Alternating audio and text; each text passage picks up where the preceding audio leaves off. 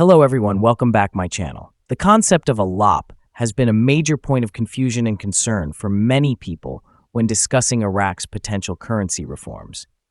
Some individuals mistakenly believe that a lop involves physically cutting zeros off the currency notes, but that's not how currency revaluations work. Let's break this down.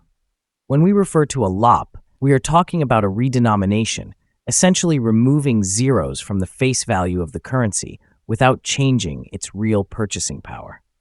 Some seem to think it's as simple as taking scissors and physically cutting zeros off the currency bills, going click, click, click to reduce the number of digits on the notes. But that is not how any modern monetary system handles such situations.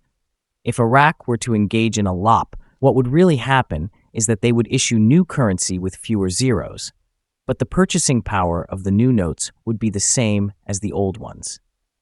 For example, if you had a 10,000 dinar note today and Iraq removed 3 zeros from its currency, that note would be replaced by a new one worth 10 dinars. But you wouldn't be any richer or poorer because the value of goods and services would adjust to reflect the change in currency units.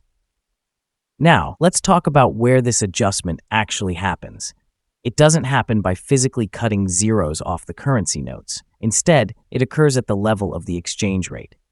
The exchange rate represents the value of a nation's currency relative to others. For Iraq, the exchange rate is currently around 0.0007691 USD to 1 Iraqi dinar. That's quite a small value, and this is where removing zeros comes into play. If Iraq were to lift 3 zeros from the exchange rate, you simply move the decimal point 3 spaces to the right.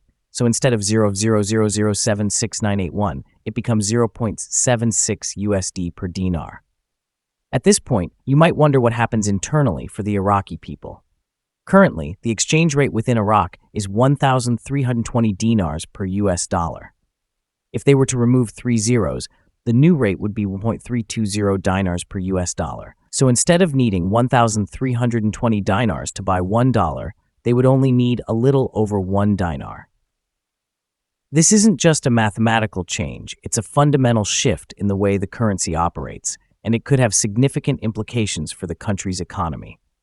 For Iraqi citizens, this would drastically simplify everyday transactions. Imagine going to the store, and instead of paying thousands of dinars for basic items, you'd be paying just a few dinars. It would make life easier, at least in terms of how they handle money. But the key takeaway here is that this doesn't mean Iraqis suddenly become richer.